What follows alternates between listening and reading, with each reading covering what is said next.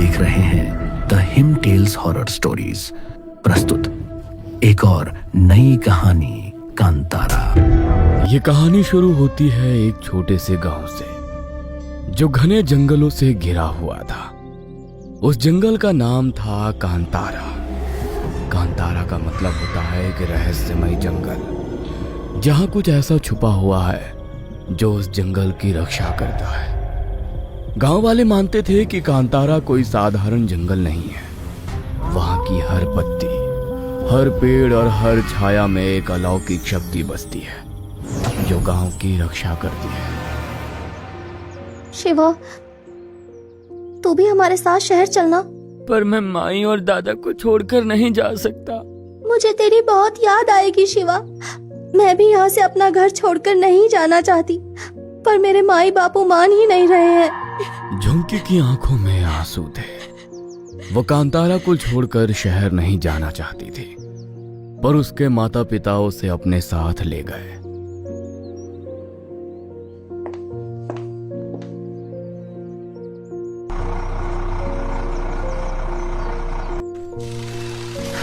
आज झुमकी भी गांव छोड़कर चली गई। पहले गोलू, फिर बिल्लू और अब झुमकी भी चली गई। मेरे सारे दोस्त यहाँ से चले गए। दादा, ये सब गांव वाले आखिर कांतारा को छोड़कर क्यों जा रहे हैं? क्योंकि हमारे पंजुरुली देव हमसे नाराज हो चुके हैं। उनके क्रोध का सामना कहीं इन्हें ना करना पड़ जाए, इसीलिए ये लोग जा रहे हैं। मगर ऐसा क्या हुआ दादा जो हमारे पंजुरुली देव हमसे नाराज हो गए हैं? इसकी शुरुआत आज से 1 महीने पहले हुई थी, जब पूरे कांतारा वासी भूत कोला के अनुष्ठान में थे। प्रत्येक वर्ष की तरह इस बार भी यह सांस्कृतिक उत्सव मनाया जा रहा था। सभी लोग बहुत खुश थे। कांतारा के लोग सदियों से अपने इस जंगल को सुरक्षित रखने के लिए प्रत्येक वर्ष भूता काला अनुष्ठान में पंजुरुली देव की पूजा करते हैं।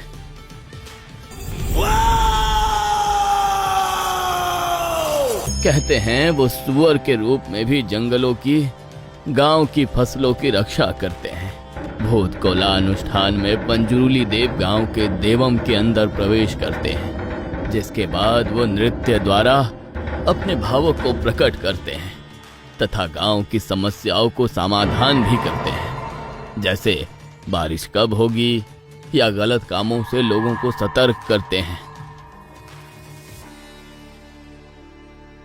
लेकिन इस बार भूत कोला कुछ अलग होने वाला था। अलग हुआ था? ऐसा क्या हुआ था दादाजी? उस दिन भी भूता कोला अनुष्ठान में देवम नृत्य कर रहे थे। तभी पंजुरुली देव देवम के अंदर प्रवेश करते हैं और बहुत क्रोधवश नृत्य करने लगे। शांत हो जाइए देव, शांत हो जाइए। अगर हमसे कोई भूल हो गई है तो हमें क्षमा कर दीजिए। मृत्यु होने वाली है, कोई नहीं बचेगा। मौत का तांडव होगा कांतारा में। हमसे कोई भूल हो गई है तो हमें क्षमा कर दीजिए प्रभु। हमें इतनी बड़ी सजा मत दीजिए। सबको सजा मिलेगी। जो भी गलती करेगा उसे दंड भुगतना पड़ेगा। इतना कहते ही देवम बेहोश हो गए। कांतारा के सभी लोग बहुत भयभीत थे। किसी को समझ नहीं आ रहा था आखिर पंजुरुली देव का इशारा किस ओर था, क्या होने वाला था, जिसके बारे में पंजुरुली देव ने सबको चिताया था। 2 दिन बाद, जगिया भाई, शाम होने को आई है, आज घर नहीं चलना क्या? तुम जाओ दामोदर, मैं थोड़ी देर और लकड़ी काटूंगा। कल से खेतों का काम शुरू करूंगा तो वक्त नहीं मिलेगा जंगल आने का, इसलिए तुम जाओ, मैं थोड़ी देर में आऊंगा। ठीक है भाई, आराम से आना। इतना कहकर दामोदर वहां से चला गया और जगिया वहीं लकड़ी काटने लगा। शाम ढल चुकी थी। अंधेरा होने में बस कुछ ही समय बाकी था, पर तभी जगिया को महसूस हुआ जैसे सामने की झाड़ियों में हलचल हो रही है। अरे, झाड़ियों में हलचल कैसी? इतना सोचते हुए वो झाड़ियों के करीब गया, पर उसने कुछ ऐसा देखा जो उसकी कल्पना से परे था। डर उसके चेहरे पर साफ साफ दिख रहा था। वह थर थर कांपने लगा। और तभी उसकी चीखें पूरे जंगल में गूंज उठी।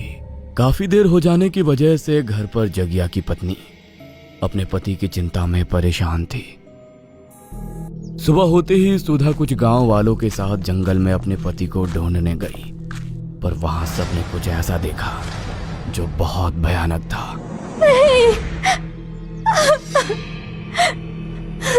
सुधा के पति की लाश जंगल में पड़ी हुई थी, जिसके शरीर पर काफी घाव के निशान थे। उसे देख ऐसा लगता था मानो किसी जंगली जानवर ने उस पर हमला कर दिया हो। देखकर लगता है किसी जंगली सुअर ने जगिया पर हमला किया होगा। जगिया की मौत से गांव में मायूसी छाई हुई थी, मगर यह सिलसिला इतनी आसानी से कहां रुकने वाला था।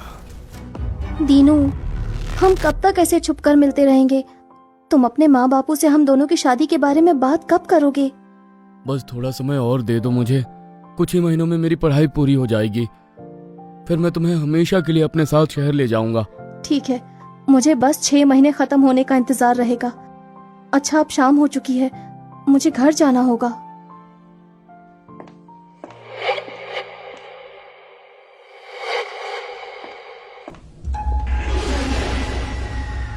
अगले दिन सुबह जब गांव वालों को धानी और दीनू दोनों की लाशें मिली तो गांव वाले बहुत ही ज्यादा भयभीत हो गए, क्योंकि इन दोनों की लाशें भी उसी तरह कटी फटी हालत में थी जैसे जगिया की लाश की थी। लगता है जंगल में कोई जंगली सुअर पागल हो गया है, वही ऐसे लोगों को मार रहा है। हमें जल्दी उसे पकड़ना होगा, नहीं तो वो और भी लोगों को नुकसान पहुंचा सकता है। अरे हाँ, अब से रात में कुछ गांव के लोग पहरा दिया करेंगे और जंगल में शाम ढलने के बाद अब से कोई भी नहीं जाएगा। गांव में मुखिया के आदेश से लोगों ने रात में चौकीदारी करना शुरू कर दिया,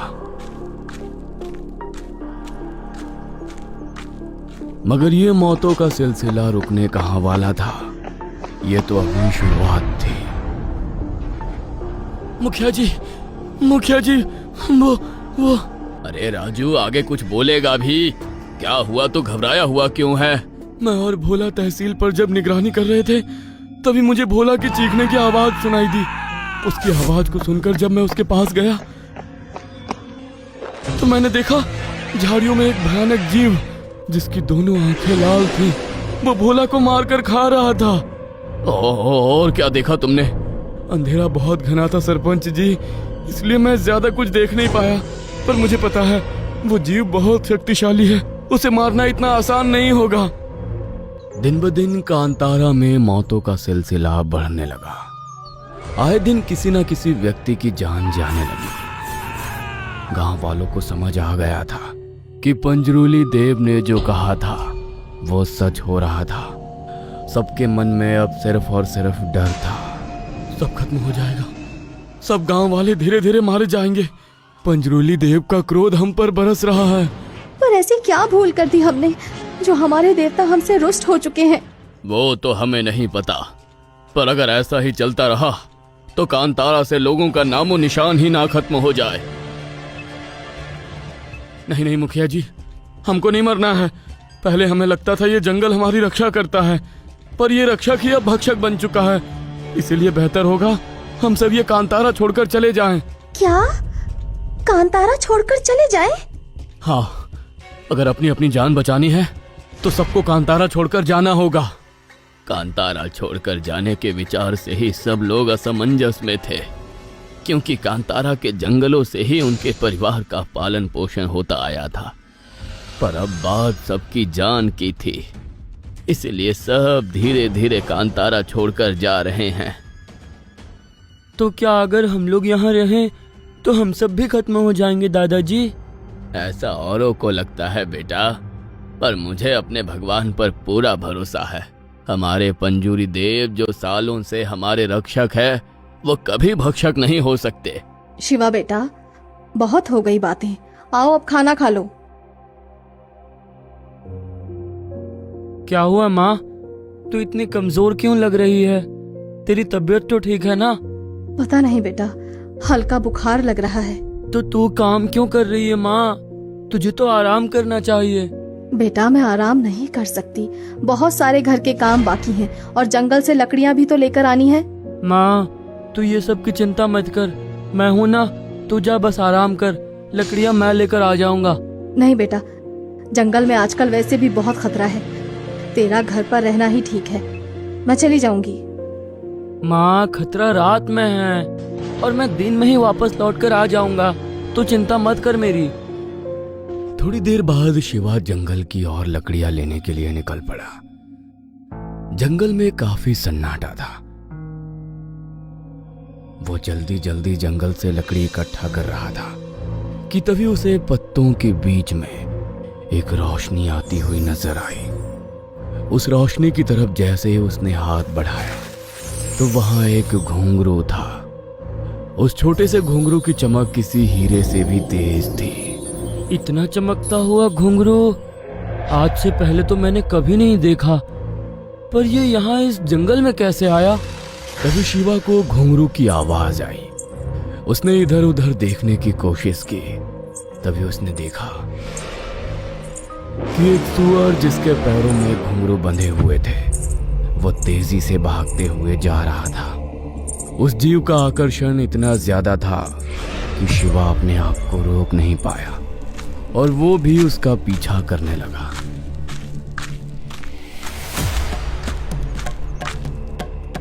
भागते भागते वो सुअर एक पेड़ के पास आया।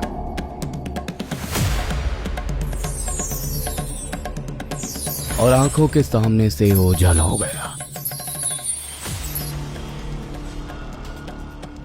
शिवा भी जैसे ही उस पेड़ के करीब आया तो उस पेड़ के चारों तरफ अग्नि की ज्वाला धधकने लगी। शिवा की आंखें अचानक लाल हो गई और वो आसमान की ओर देखते हुए चिल्लाने लगा।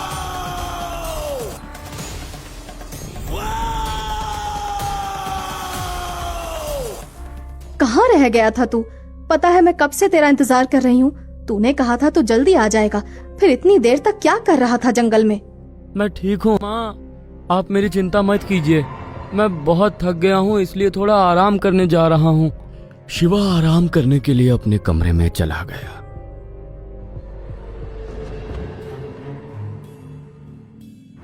पर जैसे ही उसने आंखें बंद की उसकी आंखों के सामने कुछ अजीब से दृश्य आने लगे। वह दृश्य बहुत ही ज्यादा डरावने थे। शिवा की आंखें बंद थीं, फिर भी उसके चेहरे पर चिंता की लकीरें और पसीने की बूंदें ये बता रही थी कि वह बहुत ज्यादा घबराया हुआ था। ये जो भी हुआ है वो ठीक नहीं हुआ। अगले दिन की बात है। शिवा को बहुत तेज बुखार था। उसके घर वाले बहुत चिंतित थे क्योंकि जब से शिवा जंगल से लौट कर आया था तब से वो कुछ बदला बदला सा लग रहा था। उसकी मां ने उससे कई बार पूछा मगर उसने कुछ भी नहीं बताया। उसी शाम की बात है। गांव के मंदिर के पास अचानक से ढोल नगाड़ों की आवाजें आने लगी। अरे ये आवाज ये तो गांव के मंदिर से आ रही है। ऐसे नगाड़ों की ध्वनि तो भूता कोला अनुष्ठान में आती है, पर पिछली बार जो कुछ भी अनुष्ठान में हुआ उसके बाद इस अनुष्ठान को वापस करने की हिम्मत फिर कौन कर रहा है? चलो जाकर देखते हैं। धीरे धीरे सभी लोग गांव के मंदिर के पास इकट्ठा हो गए, पर वहां देवम के रूप में शिवा नृत्य कर रहा था।